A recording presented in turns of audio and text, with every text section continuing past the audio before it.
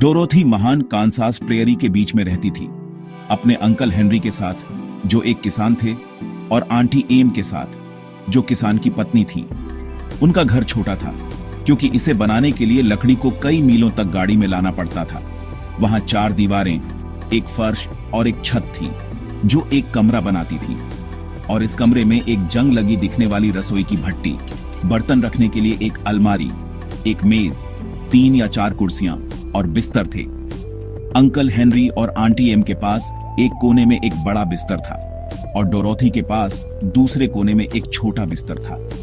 वहां कोई अटारी नहीं थी और कोई तहखाना भी नहीं था, सिवाय एक छोटे से गड्ढे के जिसे चक्रवात तहखाना कहा जाता था, जहां परिवार जा सकता था अगर उन महान बवंडरों में से एक उठता जो किसी भी इमारत को अपने रास्ते में कुचलने के लिए पर्याप्त शक्तिशाली होते। यह फर्श के बीच में एक ट्रैप डोर द्वारा पहुंचा जा सकता था, जिससे एक सीढ़ी छोटे अंधेरे गड्ढे में नीचे जाती थी।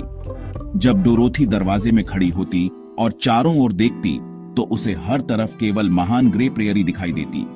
एक भी पेड़ या घर उस चौड़े सपाट देश को नहीं तोड़ता था जो हर दिशा में आकाश के किनारे तक पहुंचता था। सूरज ने जुताई की गई जमीन को ग्रे द्रव्यमान में पका दिया था, जिसमें छोटी दरारें चल रही थी।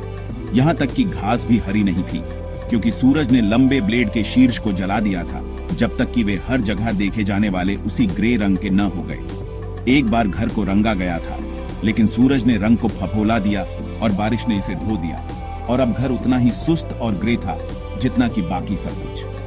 Credits, narration by, narrator's name, script by, script writer's name.